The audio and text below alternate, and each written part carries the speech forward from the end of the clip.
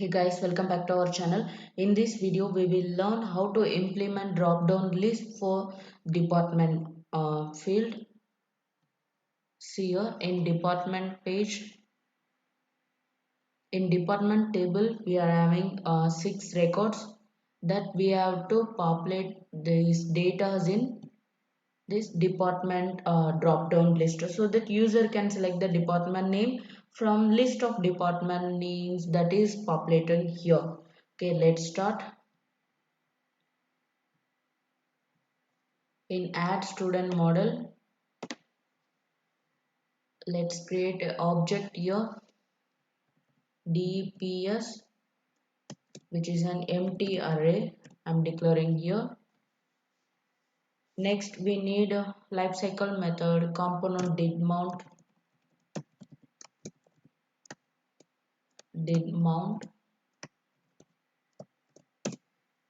Here, we have to fetch department details from department table.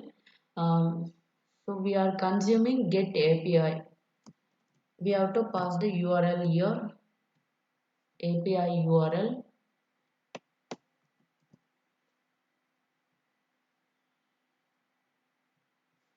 and pasting here, followed by API and then department get method. Okay, then we are getting response,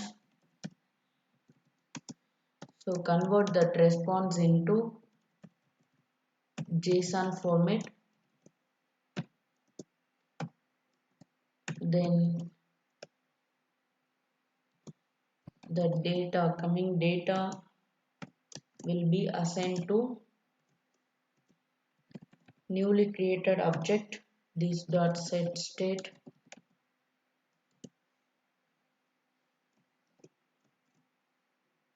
Here DEPS that we have created now, data.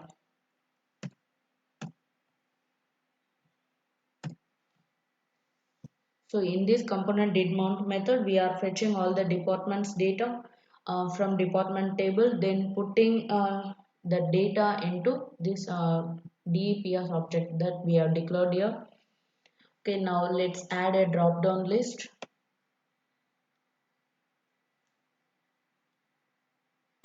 Here we have the text box right now. So we need drop down. So remove this form control.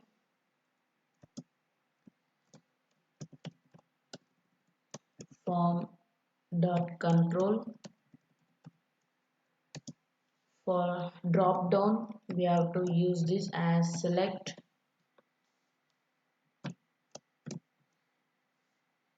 Okay, here we have to map the object, this dot state DEPS object. In this object, we are having department details that we have to map to DEP object.